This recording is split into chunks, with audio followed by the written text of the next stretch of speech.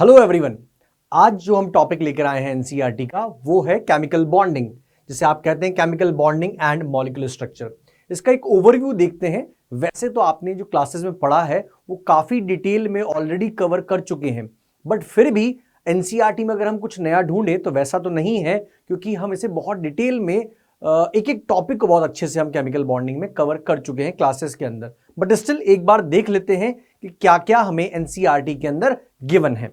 ठीक है, चलिए। सो आइए, ये है ये जो एनसीईआरटी आपके सामने दिख रही है वो एनसीईआरटी लेटेस्ट जो एनसीईआरटी अपलोडेड है एनसीईआरटी की वेबसाइट पर ncrt.nic.in पर, वही एनसीईआरटी ली गई है। मतलब सेशन जो है ये 23-24 है, 2023-24 वाला सेशन की एनसीईआरटी ली गई है। ठीक है, वहीं से ली गई है। उम्मीद करते हैं आप लोग बहुत अच्छे होंगे और आपकी नीट की प्रिपरेशन बहुत ही अच्छे से चल रही होगी। ओके, सो ये है केमिकल बॉन्डिंग का फर्स्ट पेज। यहां पर दिखाया गया है कि कौन कौन से फोर्सेस होते हैं, किन फोर्सेस की रिक्वायरमेंट क्यों होती है, बॉन्ड का फॉर्मेशन क्यों होता है, ये सभी बातें यहां पर है। उसके बाद जो थ्योरी आई केमिकल बॉन्डिंग के अंदर वो थी लुईस ऑक्टेट थ्योरी। और लुईस ऑक्टेट थ्योरी के बारे में आप सभी को पता है कि कोई भी एटम जो होता है बॉन्ड फॉर्मेशन की टेंडेंसी रखता है, वो चाहता है कि अपना ऑक्टेट कंप्लीट हो। सो सबसे पहली थ्योरी थी ऑक्टेट थ्योरी, मतलब उसके आउटर मोस्ट शेल में इलेक्ट्रॉन देकर, इलेक्ट्रॉन लेकर या फिर शेयरिंग करने के बाद उसके आउटर मोस्ट शेल में 8 इलेक्ट्रॉन्स होने चाहिए। और ये कंसेप्ट फॉलो करता था नोबल गैसेस के कॉन्सेप्ट को। बट कुछ टाइम बाद ऐसा देखा गया कि बहुत से कंपाउंड ऐसे भी हैं जहां पर मोर देन 8 इलेक्ट्रॉन्स हैं, लेस देन 8 इलेक्ट्रॉन्स हैं, या फिर हम कहें ऑड इलेक्ट्रॉन स्पीसीज है, वो भी स्टेबल थे। और कुछ कंपाउंड्स ऐसे भी देखे गए जिनॉन के या क्रिप्टॉन के, जिनके ऑक्सीजन या फ्लोरीन के साथ कंपाउंड्स भी थे। सो वो सारी बातें यहां पर बताई गई है। ठीक है, चलिए। सो ये ऑक्टेट रूल के बारे में बताया गया है। ऑक्टेट रूल कैसे हम यहाँ पर लुईस डॉट स्ट्रक्चर कैसे ड्रॉ करते हैं, वो सारी बातें यहाँ पर बताई गई है। वो सब you are all are very aware of these things. ठीक है, चलिए। ये सब लुईस ऑक्टेट थ्योरी की ही बात की गई है।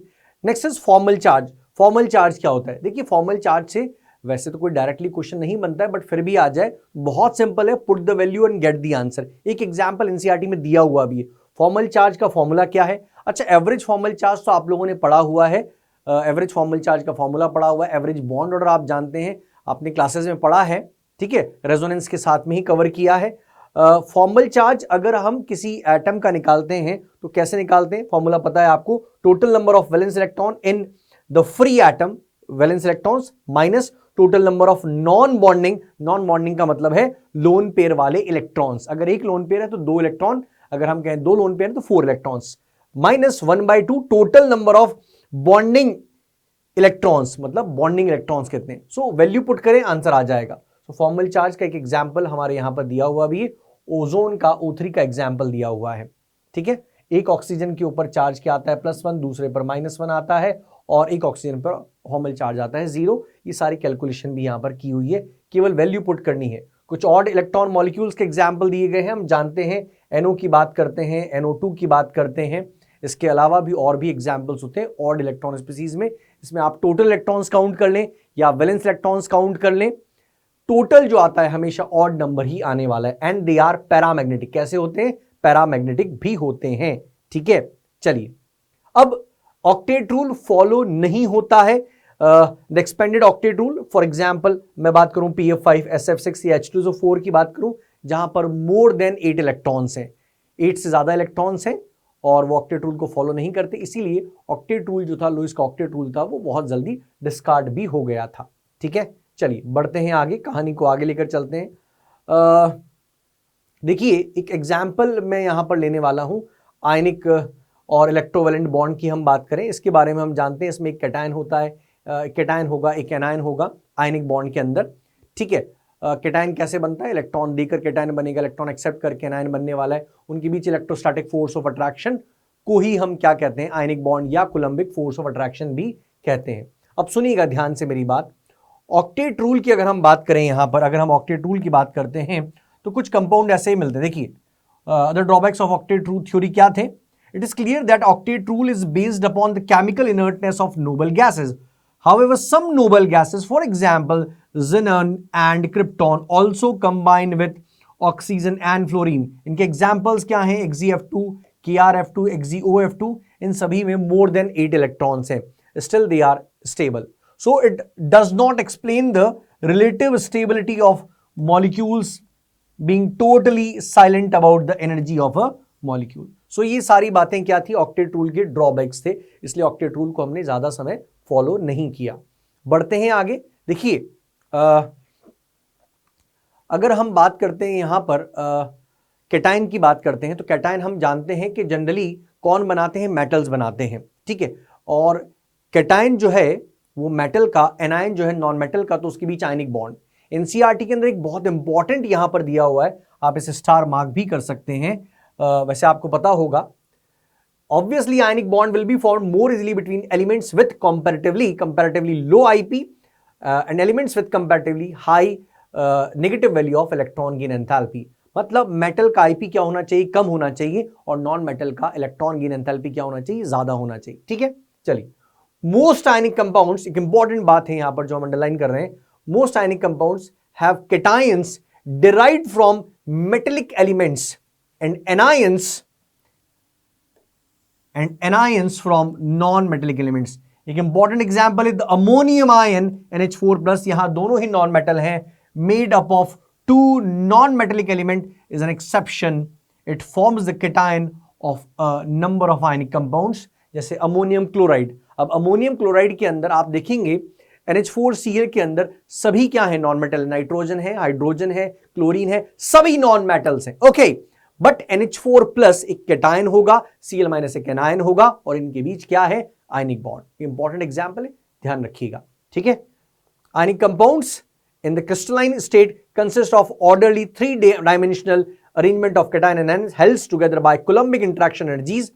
These Coulombic crystalline in different crystal structure determined by size of anion, their packing arrangement and other factors. The crystal structure of sodium chloride, rock salt for example.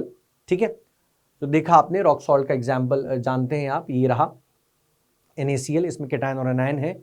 यहां पर अगर मैं बात करूं केवल और केवल NaCl या आयनिक कंपाउंड की स्टेबिलिटी के लिए लो IP या मैं कहूं और high electronegativity, high electron gain enthalpy, इसका टोटल सम नहीं देखा जाता है. इसके आपने पढ़ा है बॉर्न हैबर्ट साइकिल, पूरा डिटेल में पढ़ा है, वहां हम डेल्टा एच फाइंड आउट करते हैं. नेट जो एनर्जी चेंज है वो होना चाहिए एक्सोथर्मिक, वो एक्सोथर्मिक होना चाहिए, जिससे कि बनने वाला आयनिक कंपाउंड एक स्टेबल आयनिक कंपाउंड बने. तो यहां पर एक इंपॉर्टेंट रोल होता है एक एनर्जी का, जो आप जानते हैं क्रिस्टल लैटिस का जब फॉर्मेशन होता है.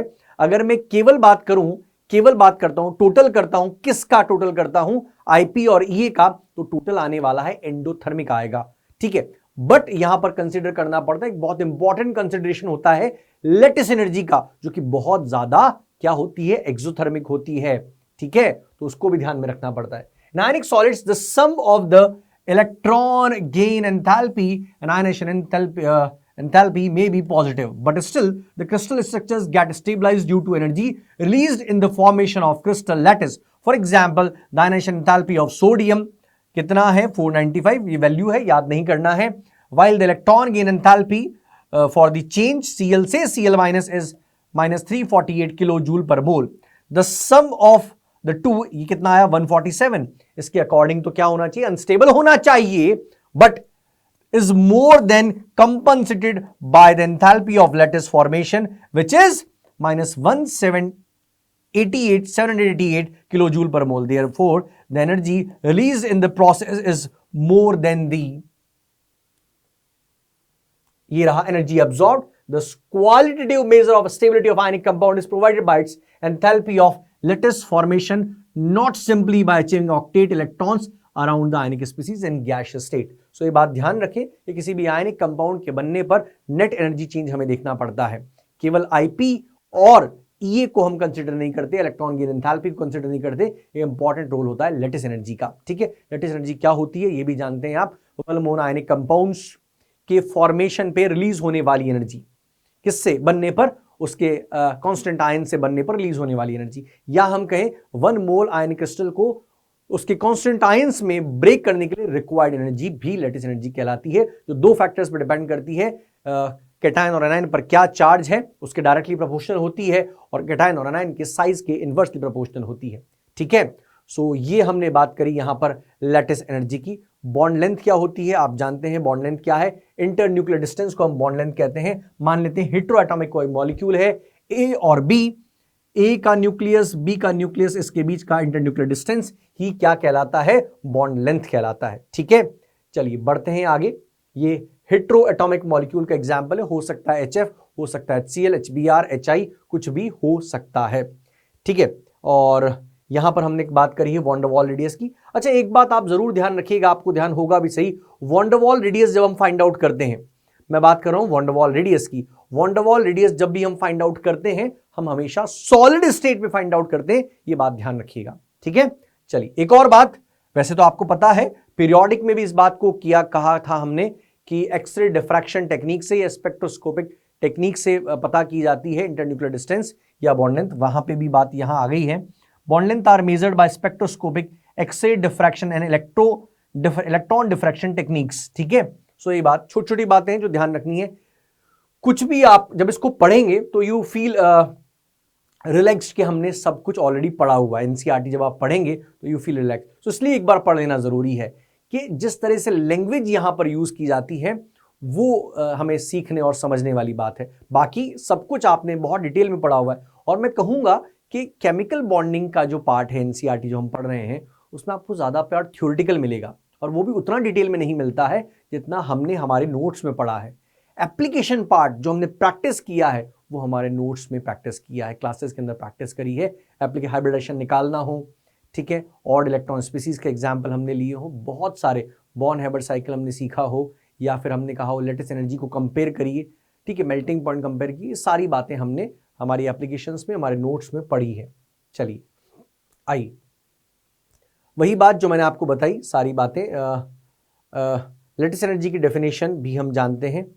चलिए आगे बढ़ते हैं। ये सारी बातें जो आपने कवर की गई है, जो मैं आपको बता रहा था, bond lengths are measured by spectroscopic X ray diffraction and electron diffraction techniques. ठीक है, चलिए वही सब बातें हैं जो आपने ऑलरेडी कवर करी हुई है। ये इंटरन्यूक्लियर रेजिस्टेंस की बात की गई है। RA RB दो अलग अलग एटम्स हैं, हेटेरो एटॉमिक मॉलिक्यूल का एक एग्जाम्पल है। चलिए now the van der Waal radius represent the overall size of the atom which include its valence shell in non-bonded situation। ठीक है, एटम्स की बात करिए, हीलियम हीलियम के बीच का रेडियस, नियॉन और नियॉन का रेडियस, पर ध्यान रखना यहां पर सॉलिड स्टेट के अंदर फाइंड आउट किया जाता है। Further the van der Waal radius is half of the distance between two similar atoms in separate molecules in a solid. ध्यान रखिएगा किसकी बात की गई है, सॉलिड की बात की गई है। ठीक है, और हमें यह भी पता है कि वॉन डर वॉल रेडियस, अगर मैं Cl2 मॉलिक्यूल के अंदर कोवेलेंट रेडियस फाइंड आउट करता हूं, क्लोरीन की रेडियस फाइंड आउट करता हूं, radius covalent radius find out करता हूं, और Cl2 मॉलिक्यूल और दूसरे Cl2 मॉलिक्यूल में von der Waal radius find out करता हूं, तो हमें पता है कि van der Waal radius is twice of covalent radius. Okay, चलिए बढ़ते हैं आगे। ये टेबल दिया गया है, इसमें बॉन्ड एंगल की बात की गई, बॉन्ड एंथैल्पी की बात की गई है। एक और बात मैं आपसे कहूं, ये यहां पर वैल्यूज दी, इनको याद नहीं करना, बट इतना ध्यान रखें, carbon single bond carbon, double bond carbon, triple bond carbon, आप जब वैल्यूज को ऑब्जर्व करेंगे तो वही है जो हमें पता है। सिंगल बॉन्ड में रेडियस बड़ी होगी, बॉन्ड लेंथ बड़ी होगी, डबल बॉन्ड या ट्रिपल बॉन्ड में बॉन्ड लेंथ छोटी होगी, बिकॉज अट्रैक्शन ज्यादा है। सो यहां पर वैल्यूज दी गई, किसी को भी आप देख सकते हैं, जैसे कार्बन सिंगल बॉन्ड कार्बन है, सो मैं आपसे कहूं 154 है। कार्बन डबल बॉन्ड कार्बन में बॉन्ड लेंथ कम हो गई है। कार्बन ट्रिपल बॉन्ड कार्बन की बात करें, बॉन्ड लेंथ और कम हो गई है। ठीक है, सो single bond, double bond, triple bond जो हमने जनरल पढ़ा है वही बात है यहाँ पर भी। हाइड्रोजन, हाइड्रोजन के अंदर देखिए छोटा एटम है तो बॉन्ड लेंथ कम है। Fluorine, then chlorine, Cl2, Br2, I2, bond length बढ़ रही है। N2O2 की बात करें ट्रिपल बॉन्ड के अंदर, ट्रिपल बॉन्ड की हम बात करते हैं, बॉन्ड लेंथ कम है। डबल बॉन्ड में ऑक्सीजन में देखिए आप बॉन्ड लेंथ ज्यादा है। बाकी HF, HCl, HBr, HI atom का साइज बढ़ रहा है, बॉन्ड लेंथ बढ़ रही है। वैल्यूज आपको याद नहीं करनी, बट एक सिंपली एक डेटा यहां पर दिया गया है, ये जो हमने सीखा है बिल्कुल सही सीखा है। ठीक है, आप देखिए ऑक्सीजन के बाद सल्फर, सेलेनियम, टेलुरियम बढ़ रहा है यहां पर, covalent radius. Fluorine, chlorine, bromine, iodine, covalent radius बढ़ रहा है। नाइट्रोजन है, फास्फोरस है, आर्सेनिक है, एंटीमनी है, यहां पर रेडियस बढ़ रहा है। चलिए नेक्स्ट बात की जाती है बॉन्ड ऑर्डर की। अच्छा एक और बात यहां जो सीखने वाली है, जो एक नई बात मैं आपको यहां बता रहा हूं, सुनिएगा, समझिएगा ध्यान से।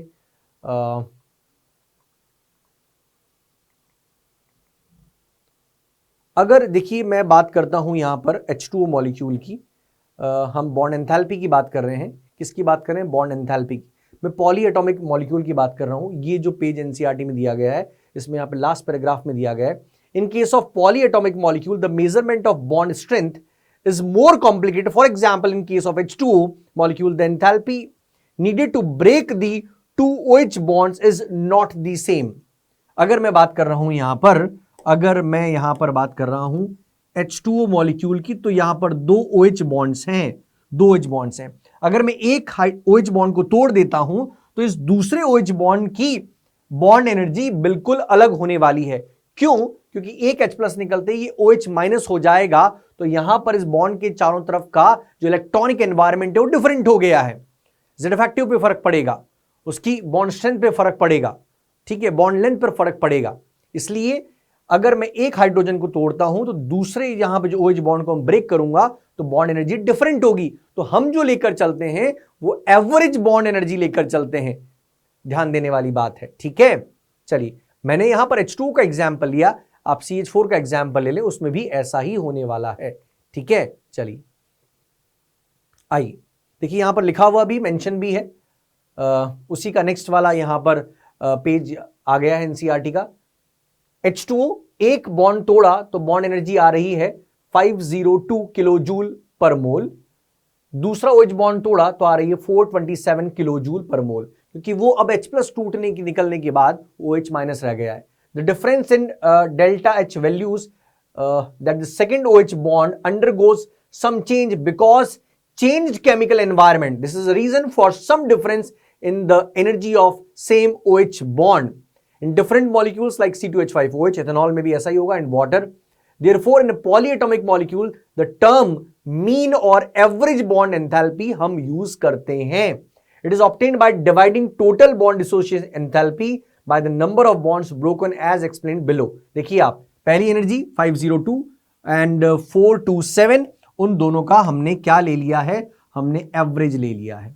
तो हम कहते हैं H2O के अंदर अगर मैं बात करूं, यहां पर अगर मैं H2O के अंदर बात करता हूं, H2O की बात करता हूं, तो हम एवरेज बॉन्ड एनर्जी कंसीडर करते हैं। दोनों एनर्जीज अलग अलग आई हैं, बात समझ में आई होगी आपको, ठीक है। तो छोटी सी बात है, अगर बाय चांस पूछ लिया जाए तो हमें पता होना चाहिए। Next is bond order. जानते हैं आप बॉन्ड ऑर्डर क्या होता है? दो एटम्स के बीच में जितने ही नंबर ऑफ बॉन्ड्स है उसे बॉन्ड ऑर्डर कहते हैं। जनरली 1, 2, 3 की हम बात करते हैं। मॉलिक्यूलर ऑर्बिटल थ्योरी जब हम बजाते हैं तो वहां पर कुछ बॉन्ड ऑर्डर हमको ऐसे भी मिलते हैं, 0.5, 1.5, 2.5, फ्रैक्शनल में भी मिलते हैं, लाइक 5/2, 3/2, ठीक है। चलिए, सो देन बॉन्ड ऑर्डर की बात है, फिर रेजोनेंस की बात है।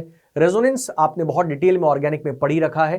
ये देखिए, ये सारी बात वही आ गई जो मैंने आपको समझाई थी, डिफरेंस इन एनर्जी। देखिए आप, पहला बॉन्ड तोड़ा, एनर्जी ये, दूसरा बॉन्ड तोड़ा, एनर्जी ये, तो हम जो ले रहे हैं वो क्या ले रहे हैं?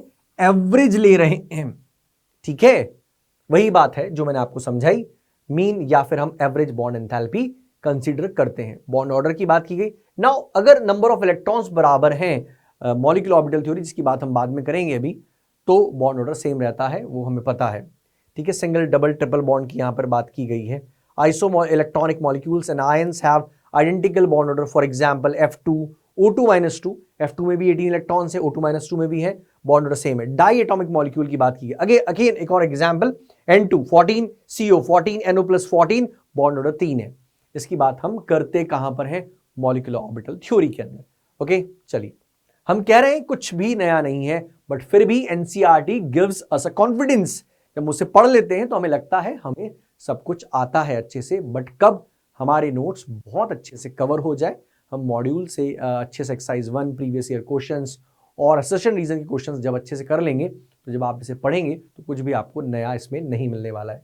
रेजोनेंस स्ट्रक्चर्स की बात की गई, जैसे ओजोन की हम बात करें तो O3 के अंदर 2 रेजोनेटिंग स्ट्रक्चर, जिन्हें कैनोनिकल स्ट्रक्चर्स भी कहते हैं, ये एग्जिस्ट करेगा या एग्जिस्ट करेगा, दूसरा एग्जिस्ट करेगा, हम नहीं कह सकते। एक साथ एक समय पर दोनों ही एक दूसरे में इंटरकन्वर्टिबल है। और जब हम एक्सप्लेन करते हैं तो हम हाइब्रिड स्ट्रक्चर की हेल्प लेते हैं, जो कि दोनों से मिलकर बना होता है, ठीक है। इसका पूरा एग्जिस्टेंस हम इसकी बात करते हैं, क्योंकि जब ओजोन के अंदर O3 के अंदर O बॉन्ड लेंथ को मेजर किया गया, एक्सपेरिमेंटली बॉन्ड लेंथ देखी गई तो 128 पिकोमीटर आई, जबकि single bond oxygen oxygen 148, double bond 121 होता है, पर आता क्या है 128 पिकोमीटर, मतलब दोनों के बीच का वैल्यू आ रहा है, इन बिटवीन जो वैल्यू है सिंगल और डबल बॉन्ड का वो वैल्यू आ रहा है। रेजोनेटिंग स्ट्रक्चर्स का कोई रियल एग्जिस्टेंस नहीं होता है, ध्यान रखिएगा। वही बात है सिंगल, डबल और ट्रिपल बॉन्ड की जो मैंने आपको समझाई। In both structures we have oxygen single bond and oxygen double bond. The normal oxygen single and double bond lengths are 148 and 121 respectively. Experimentally determined oxygen oxygen bond length in O3 are same थी because resonance हो रहा था वहां पर 128. The oxygen oxygen bonds in O3 molecules are intermediate between double and single bond. Obviously this cannot be represented by either of the two Lewis structures shown above. Clear है? वही बात है जो मैंने आपको समझाई। देखिए लैंग्वेज अलग हो सकती है, हो सकता है हम आपने जब पढ़ा हो बहुत सिंप्लीफाई लैंग्वेज में पढ़ाओ, बट एनसीईआरटी की लैंग्वेज पढ़ना जरूरी है, रिवाइज करना जरूरी है। इसके बाद कार्बोनेट के रेजोनेटिक स्ट्रक्चर पे हम आ जाते हैं। कार्बोनेट का रेजोनेटिक स्ट्रक्चर जानते हैं आप, कार्बोनेट आयन का स्ट्रक्चर जानते हैं आप लोग। अगर मैं कार्बोनेट के स्ट्रक्चर की बात करता हूं,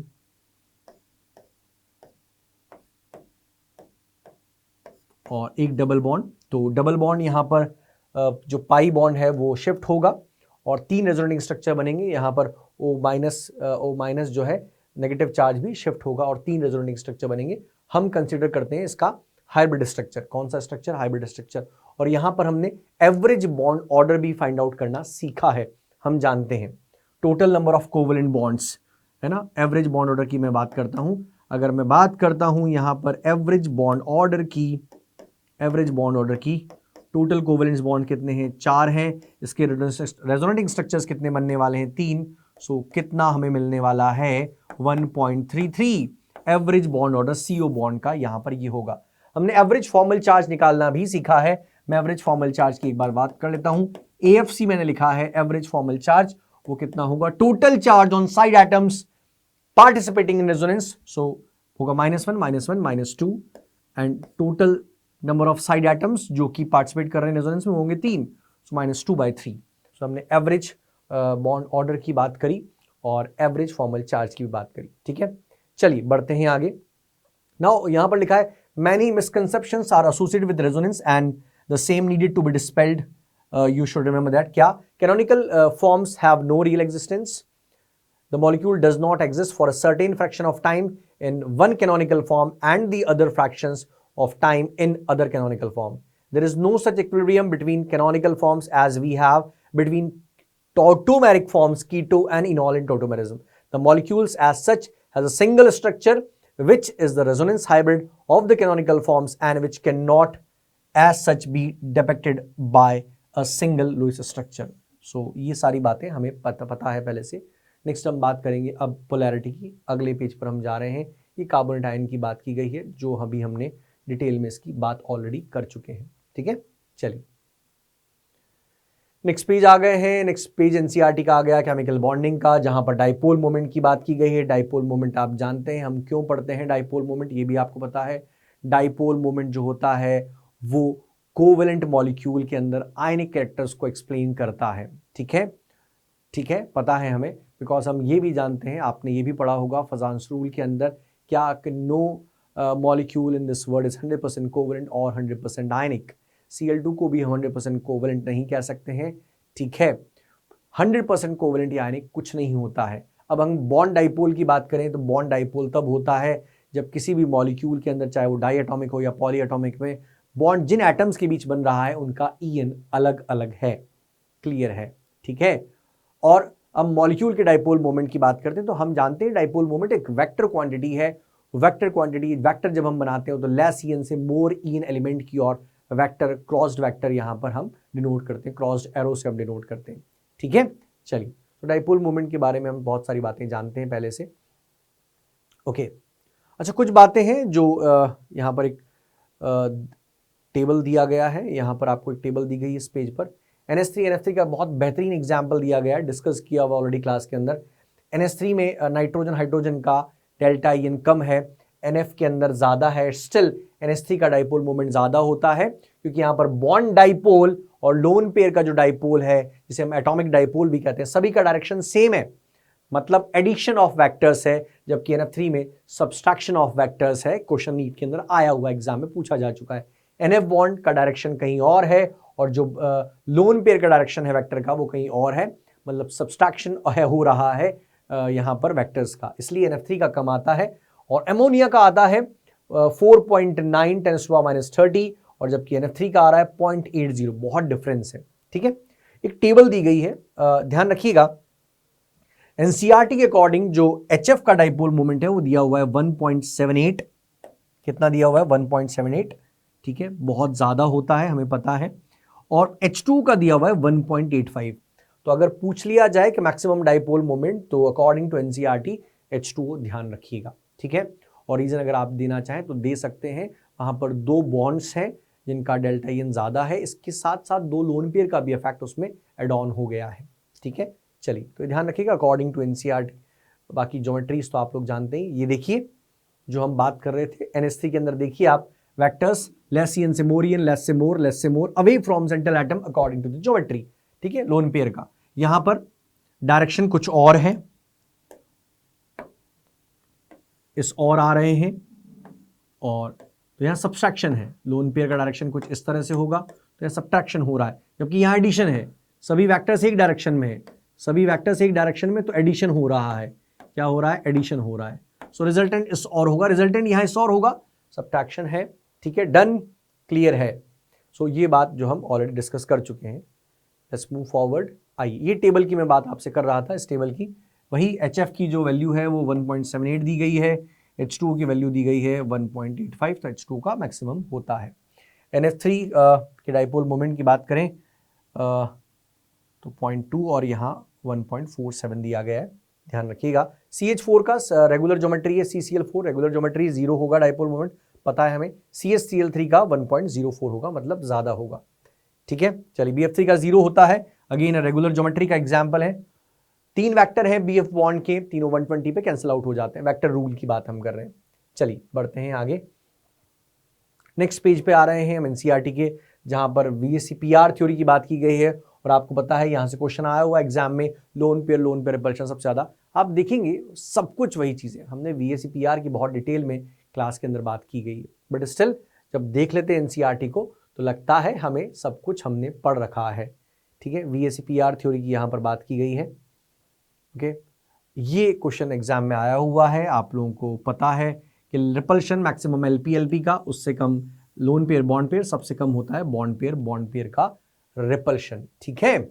चलिए, अच्छा एक और बात ध्यान रखिएगा, यहां पर एक इंपॉर्टेंट बात को ध्यान रखिएगा, एनसीईआरटी में मिलती है ये हमें। Multiple bonds is treated as if it is a single electron pair and 2 or 3 electron pair of multiple bonds are treated as single super pair. मतलब मल्टीपल बॉन्ड जो डबल और ट्रिपल बॉन्ड है उन्हें कहा गया है सिंगल सुपर पेयर भी कहा जाता है, ध्यान रखिएगा, ठीक है। चलिए, when 2 or more resonance structures can represent a molecule, the VSEPR model is applicable to any such structure, किसी भी एक स्ट्रक्चर पे एप्लीकेबल है। आइए, यहां पर अलग अलग तरह के शेप्स की बात की गई है, linear, trigonal, planar, tetrahedral, trigonal, bipyramidal, या हम कहें ऑक्टाहेड्रल, इनके एग्जांपल्स मेंशन है। और हमें हाइब्रिडेशन फाइंड आउट करना आता है, उनकी ज्योमेट्री, इलेक्ट्रॉनिक ज्योमेट्री, शेप की बात हम कर सकते हैं। सारी बातें हमें ऑलरेडी पता है। अगर यहाँ SO2 की बात करें, बैंड शेप, ये सभी examples we have already discussed in class, कुछ नया इसमें नहीं है, कुछ भी नया नहीं है। ट्राइगोनल प्लेनर होता है, अगर एग्जाम्पल SO2 है, यहाँ पर ये SO2 है, एक्चुअली SO2 यहाँ दिया गया, देन O3 का एग्जाम्पल है अमोनिया, ये होता है। अगर हम इसके इलेक्ट्रॉनिक ज्योमेट्री की बात करें, कैसा होता है, टेट्राहेड्रल, शेप कैसा होता है, पिरामिडल शेप होता है, ट्राइगोनल पिरामिडल शेप होता है।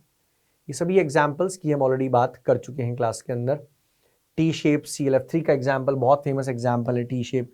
स्क्वायर पिरामिडल, PRF5 एक लोन पेयर होता है यहाँ पर एक्सियल पोजीशन पे। तो ये सब बातें तो ऑलरेडी हम कर चुके हैं।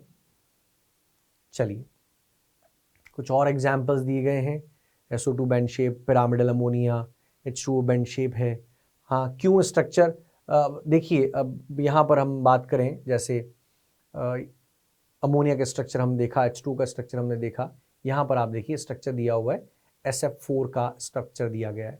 अब SF4 के स्ट्रक्चर की हम बात करें तो यहाँ पर ये जो अब देखिए यहाँ एक लोन पेयर लगा हुआ है, ये लोन पेयर यहाँ लगा हुआ है, पोजीशन कौन सी, एक्सियल पोजीशन, तो यहाँ पर रिपल्शन इसे ज्यादा मिलेगा, रिपल्शन ज्यादा मिलेगा तो स्टेबिलिटी से कम होगी, इसकी स्टेबिलिटी क्या होगी, कम होगी। अब इस वाले स्ट्रक्चर में बी वाला स्ट्रक्चर ज्यादा स्टेबल है क्योंकि यहां पर ये लोन पेयर जो है इक्वेटोरियल पोजीशन पे और इन्हें रिपल्शन कम मिलेगा, इसलिए बी वाला ज्यादा स्टेबल है। सो अपने आप अरेंज होता है लोन पेयर अपनी जगह, ऐसी जगह पे जहां से रिपल्शन कम से कम मिले। ठीक है, चलिए लेट्स मूव फॉरवर्ड। एनसीईआरटी के नेक्स्ट पेज पर आ गए जहां पर वैलेंस बॉन्ड थ्योरी की बात की गई। देखिए ClF3 वाला मॉलिक्यूल भी, ClF3 की बात की गई है, यहाँ पर ClF3 के अंदर भी बात की गई है कि ये स्टेबल स्ट्रक्चर होगा। दो लोन पेयर का पोजीशन कहां पर आ रहा है, इक्वेटोरियल पे आ रहा है। ठीक है, चलिए बाकी स्ट्रक्चर्स बी और सी नहीं है, स्टेबल नहीं है। यहां पर कहां पर लोन पेयर दे दी गए, एक्सियल पे, रिपल्शन ज्यादा मिलेगा। ठीक है, तो बी और सी भी दोनों स्टेबल नहीं है। अब अगर मैं बात करता हूं यहां पर वीबीटी की, तो वैलेंस बॉन्ड थ्योरी यहां पर कहती है कि देखिए दो एटम्स की बात की गई है वैलेंस बॉन्ड थ्योरी के अंदर, और हम जानते हैं एक एटम का न्यूक्लियस दूसरे के इलेक्ट्रॉन को, दूसरे का न्यूक्लियस पहले के इलेक्ट्रॉन को अट्रैक्ट करता है। वहां पर अट्रैक्टिव फोर्सेस भी होते हैं, रिपल्सिव फोर्सेस भी होते हैं। रिपल्सिव फोर्सेस दो न्यूक्लियस के बीच रिपल्शन, या दो एटम्स, अलग अलग एटम्स के इलेक्ट्रॉन के बीच रिपल्शन, तो दोनों फोर्स एक दूसरे को बैलेंस कर रहे होते हैं। ठीक है, इस ग्राफ की भी हमने बात की गई है कि शुरुआत में एटम्स दूर दूर है, पहले अट्रैक्शन फोर्स डोमिनेंट होगा तो पास पास आएंगे, बॉन्ड बनेगा। जिस समय बॉन्ड बनेगा तो बॉन्ड एनर्जी रिलीज होगी और वो मैक्सिमम स्टेबिलिटी वाली कंडीशन होगी। अगर और पास पास आए तो पोटेंशियल एनर्जी दोबारा बढ़ेगी और स्टेबिलिटी दोबारा खत्म हो जाएगी मॉलिक्यूल की। ठीक है, चलिए तो पोटेंशियल एनर्जी कम हो रही है, स्टेबिलिटी बढ़ रही है। ओवरलैपिंग का कॉन्सेप्ट भी हम यहां पर पढ़ते हैं। देखिए nucleus of one atom and the electron of another atom, वहां पर क्या है, कौन सा फोर्स है, अट्रैक्शन फोर्स है। और रिपल्सिव फोर्स किस तरह से लगते हैं, इलेक्ट्रॉन इलेक्ट्रॉन के बीच और न्यूक्लियस न्यूक्लियस के बीच। Attractive forces tend to bring the two atoms close to each other, whereas repulsive force उन्हें धक्का मारते हैं, और दोनों एक दूसरे को बैलेंस जब कर लेते हैं तो ही बॉन्ड का फॉर्मेशन होता है। हमने ग्राफ में देखा जहां पर पोटेंशियल एनर्जी, यहां पर बॉन्ड का फॉर्मेशन हो चुका होता है। ठीक है, चलिए यहां पर पोटेंशियल एनर्जी मैक्सिमम है, नजदीक आए, अट्रैक्टिव फोर्स डोमिनेट कर रहा है तो नजदीक आए, बॉन्ड का फॉर्मेशन हो चुका, यहां पर पोटेंशियल एनर्जी मिनिमम होगी, स्टेबिलिटी मैक्सिमम होगी। आई ये नेक्स्ट पेज जहां पर ओवरलैपिंग कॉन्सेप्ट की बात की गई है। पॉजिटिव नेगेटिव साइन की जो बात यहां पर की गई, ध्यान रखिएगा, वो पॉजिटिव नेगेटिव साइन यहां पर चार्ज को डिनोट नहीं करते हैं, सेम वेव फंक्शन को, सिमिलर वेव फंक्शन को डिनोट करते हैं। अगर प्लस प्लस, इसका मतलब सेम वेव फंक्शन है। ठीक है, सेम फेज की वेव्स है। आई सेम फेज की वेव्स है, प्लस प्लस प्लस प्लस का मतलब, प्लस माइनस का मतलब डिफरेंट फेज की, माइनस माइनस है, नेगेटिव नेगेटिव है तो भी डिफरेंट फेज नहीं है, सेम फेज ही कहलाएगा। तो यहां चार्ज नहीं है। जीरो ओवरलैपिंग का कॉन्सेप्ट, यहां पर नोड वाला पॉइंट है पी ऑर्बिटल के अंदर, और ये जेड एक्सेस है, पी एक्स पी वाई है, तो ये भी जीरो ओवरलैपिंग का कॉन्सेप्ट है, मतलब कोई किसी बॉन्ड का फॉर्मेशन नहीं होने वाला है। आइए जो हम बात कर रहे थे आपसे अभी चार्जेस की, वही आ गई है। When orbital of two atoms come close to form bond, their overlap may be positive, negative or zero depending on the sign, मतलब phase and direction of orientation of amplitude of orbital wave function in space. Positive and negative sign on the boundary surface diagrams जो दिया गया था show the sign phase of orbital wave function and are not related to charge. Charge से कोई लेना देना नहीं है, इस बात का ध्यान रखिएगा। किसको डिनोट कर रहे हैं, सेम वेव फंक्शन को डिनोट कर रहे हैं।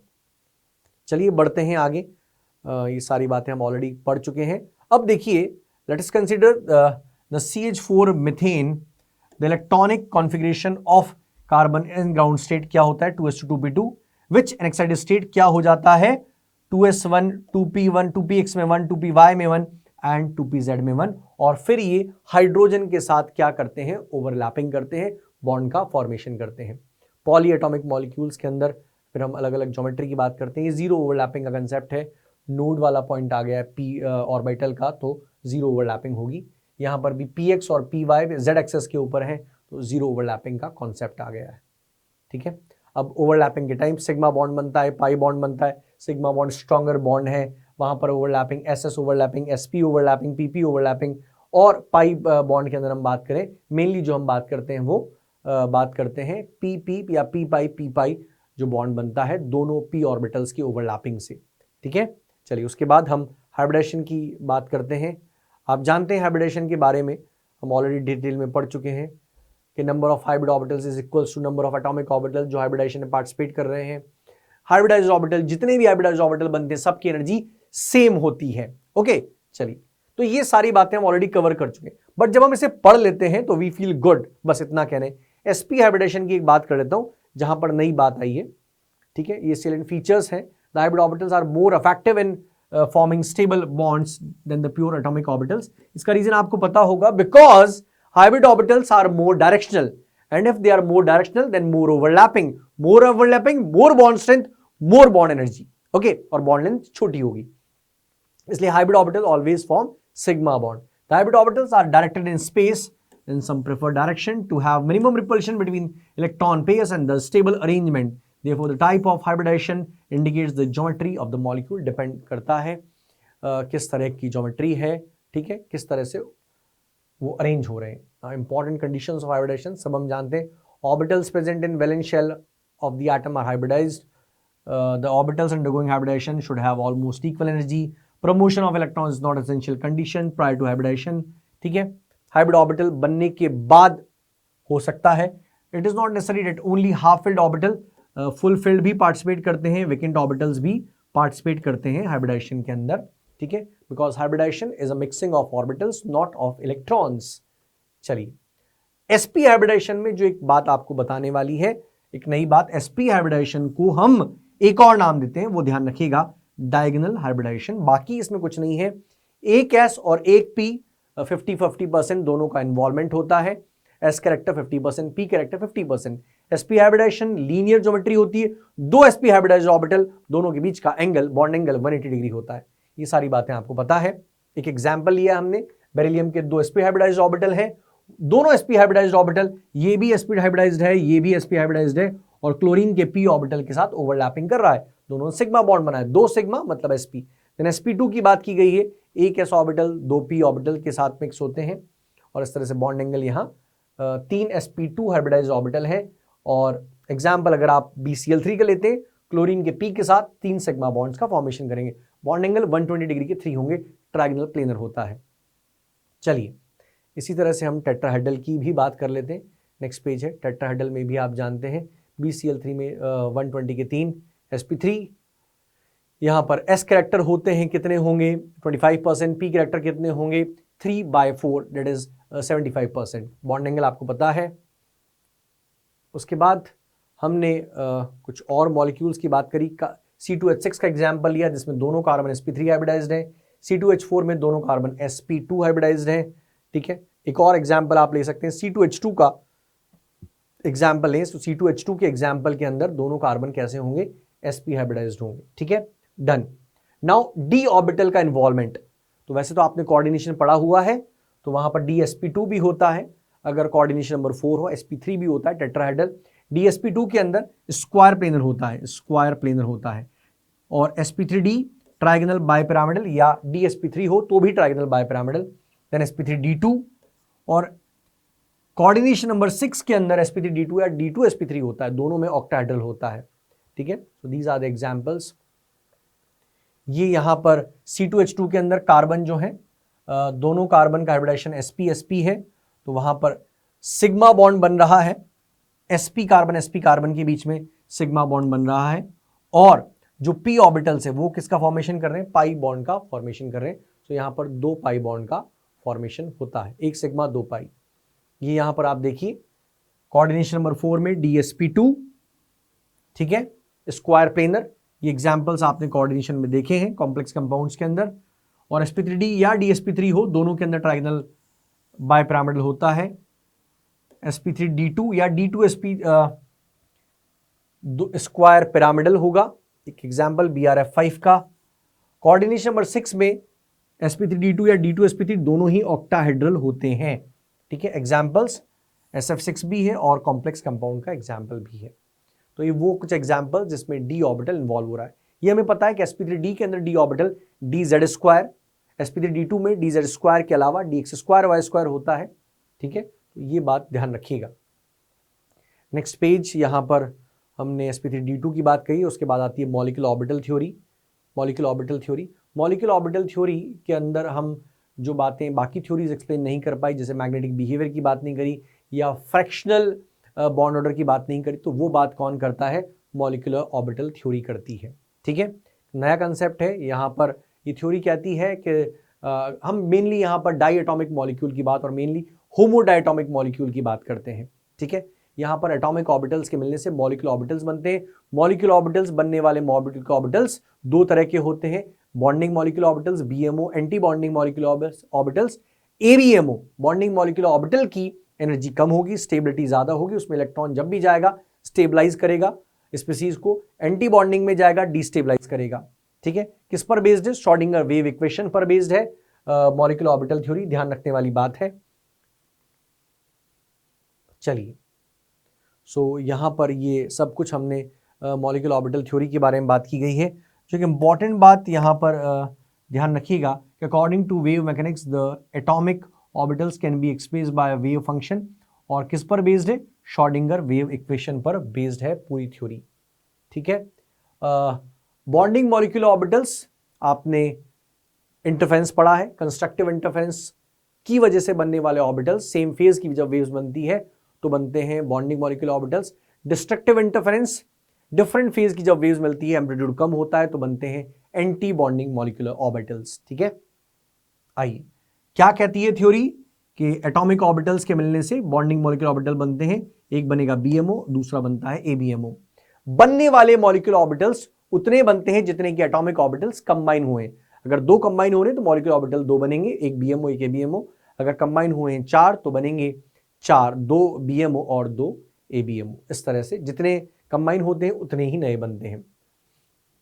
थ्योरी कहती है the number of molecular orbitals formed is equal to the number of combining atomic orbitals. When two atomic orbitals combine, two molecular orbitals are formed. One is bonding molecular orbital while another is anti-bonding molecular orbitals.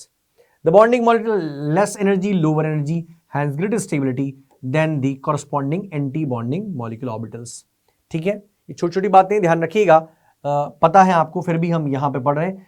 Just as the electron probability distribution around a nucleus in an atom is given by an atomic orbital, the electron probability distribution around a group of nuclei in a molecule is given by molecular orbital. ठीक है, चलिए, linear combination of atomic orbitals according to wave mechanics, the atomic orbitals can be expressed by a wave function which is represented by amplitude of electron waves. These are obtained from solution of Schrodinger wave equation. अब ये Schrodinger wave equation और इसके और detail में जाना अपने syllabus में नहीं है, बट स्टिल जितना है उसकी हमने बात करी। अब श्रोडिंगर वेव इक्वेशन देखिए, कहा गया है however since it cannot be solved for any system containing more than one electron, molecular orbitals which are one electron wave functions for molecules are difficult to obtain directly from the solution of Schrodinger wave equation. To overcome this problem, an approximate method known as linear combination of atomic orbital has been adopted. ठीक है, यहां पर atomic orbitals का मिलना कहलाता है linear combination of atomic orbitals.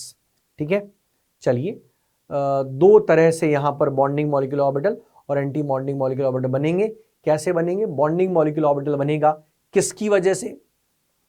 Constructive interference की वजह से, और एंटी बॉन्डिंग डिस्ट्रक्टिव इंटरफेरेंस की वजह से बनेगा।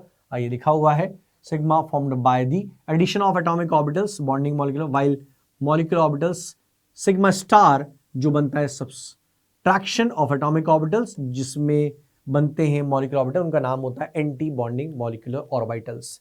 ठीक है, ये दिए हुए एटॉमिक ऑर्बिटल्स कंबाइन हुए, एक बना BMO एक बनेगा ABMO। सिग्मा एन से कहा सिग्मा स्टार, डिनोट करते हैं, स्टार लगा दिया मतलब एंटी बॉन्डिंग है। ओके, ये वही सारी बातें हैं एंटी बॉन्डिंग और बॉन्डिंग की, मॉलिक्यूलर ऑर्बिटल थ्योरी की।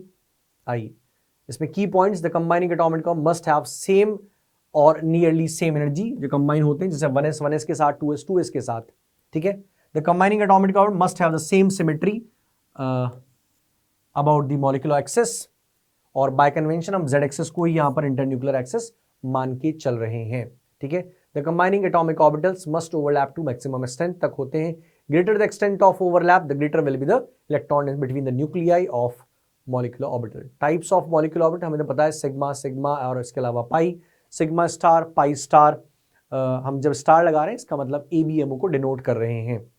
और दो तरह के एनर्जी लेवल्स ये भी हम जानते हैं, एक होता है अप टू 14 इलेक्ट्रॉन्स के लिए और दूसरा होता है मोर देन 14 इलेक्ट्रॉन्स के लिए। अप टू 14 मतलब N2 तक, for example B2, C2, N2, और more than 14 electrons, more than 14 electrons जैसे एग्जाम्पल O2 की बात करें, F2 की बात करें, थोड़ा सा चेंज होता है। किसका चेंज है वो भी हम देख लेते हैं। चलिए, अगर बॉन्ड ऑर्डर की बात करें या फॉर्मूला होगा bonding molecular orbitals minus anti bonding molecular orbitals divided by 2। Hydrogen का एग्जाम्पल भी लिया हुआ, ये देखिए आप, यहां पर दो चार्ट्स अलग अलग दिए गए हैं। आप देखेंगे यहां तक बिल्कुल सेम है, हमें पहले से पता है। ये देखिए एग्जैक्टली सेम है एनर्जी लेवल डायग्राम। केवल क्या चेंज है, यहां पर सिग्मा 2pz O2 मतलब मोर देन 14 वाले में सिग्मा 2pz पहले आ रहा है। किससे पहले आ रहा है? पाई 2px और पाई 2py से। जबकि B2C2 और N2 के अंदर जहां पर sp मिक्सिंग होती है, केवल ये ध्यान रखना है कि sp मिक्सिंग कहां होती है, लेस देन 14 वालों में। एग्जांपल है B2C2 N2, उसमें सिग्मा 2pz पाई 2px और पाई 2py के बाद में आ रहा है। केवल इतना सा चेंज, बाकी पूरा energy level diagram as it is same होता है।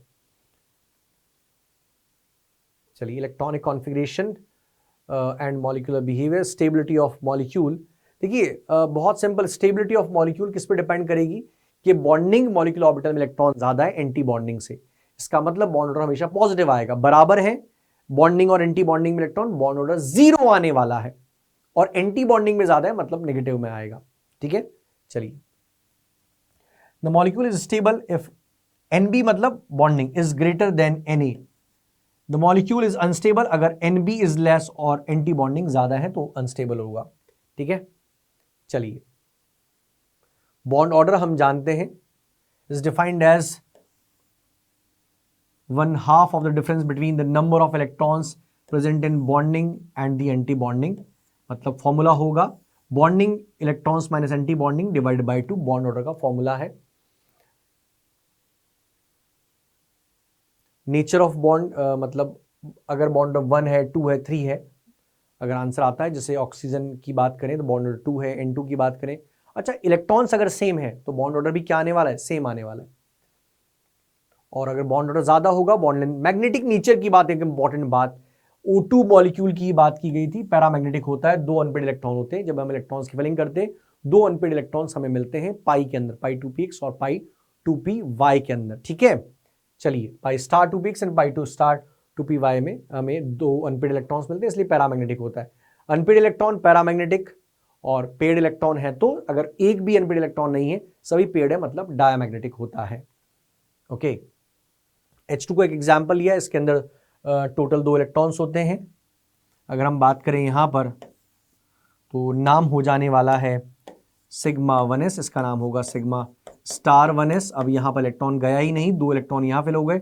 BMO electrons minus ABMO electrons divide by 2, so 2 - 0 by 2, bond order कितना आया? 1 आया है, ठीक है। कुछ और भी एग्जाम्पल इस तरह से दिए गए हैं। हीलियम का एग्जाम्पल दिया गया है जिसके अंदर 4 इलेक्ट्रॉन्स होते हैं, BMO में 2 इलेक्ट्रॉन्स, ABMO में 2 इलेक्ट्रॉन्स, सिग्मा 1s में 2 इलेक्ट्रॉन्स, सिग्मा स्टार 1s में 2 इलेक्ट्रॉन्स होंगे। 2 - 2 कैंसिल आउट हो गया, बॉन्ड ऑर्डर 0, बॉन्ड ऑर्डर 0 आ गया है। इस तरह से कुछ और भी एग्जाम्पल्स यहाँ पर दिए गए हैं। Li2 का एग्जाम्पल भी दिया गया है, ठीक है। C2 का एग्जाम्पल दिया गया है। अच्छा, C2 एक इंपॉर्टेंट एग्जाम्पल है, पूछा जा चुका है एग्जाम में, इसे ध्यान रखिएगा।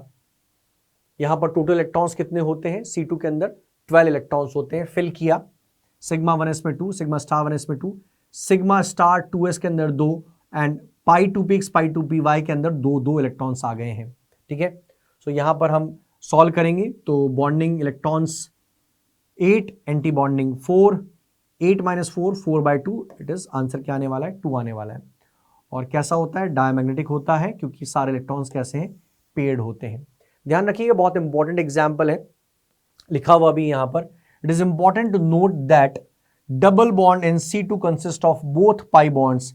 B2 और C2 का एग्जाम्पल आ चुका है of the presence of 4 electrons in pi 2 pi molecule orbitals. In most of the other molecules a double bond is made up of a sigma bond and pi bond. C2 देखिए, B2 ऐसा example है, NEET में पूछा भी जा चुका है। B2 के अंदर बॉन्ड नंबर 1 होता है, एक पाई बॉन्ड है, जो एक बॉन्ड है वो पाई बॉन्ड है। C2 के अंदर 2 बॉन्ड है, वो दोनों ही पाई बॉन्ड है। ध्यान रखिएगा, इंपॉर्टेंट एग्जाम्पल है B2 और C2। ऑक्सीजन मॉलिक्यूल की बात करी, इलेक्ट्रॉन्स की फिलिंग करी, देखिए pi star 2p pi star 2p में एक इलेक्ट्रॉन है, पैरामैग्नेटिक नेचर का होता है, बॉन्ड ऑर्डर कितना आता है 2 आता है। ये सभी बातें आप देख चुके हैं। ये फाइनली एक बार और फॉर्मूला दिया गया है, पैरामैग्नेटिक होता है। तो जो ऑब्जर्वेशंस था O2 के लिए किया गया था वो बिल्कुल सही था, मॉलिक्यूलर ऑर्बिटल थ्योरी ने उसे एक्सप्लेन भी किया, ठीक है। और उसके बाद हम यहाँ बात करते हैं, अच्छा 3 एग्जाम्पल जहां पर कहा गया है कि sp मिक्सिंग है, वो है विद sp मिक्सिंग वाले B2, C2 एंड N2। ये तीनों एग्जाम्पल ध्यान रखने हैं, केवल थोड़ा सा चेंज होता है जिसकी बात अभी हम करने वाले हैं। आइए देखिए, एनर्जी लेवल का डायग्राम शो किया गया है यहाँ पर।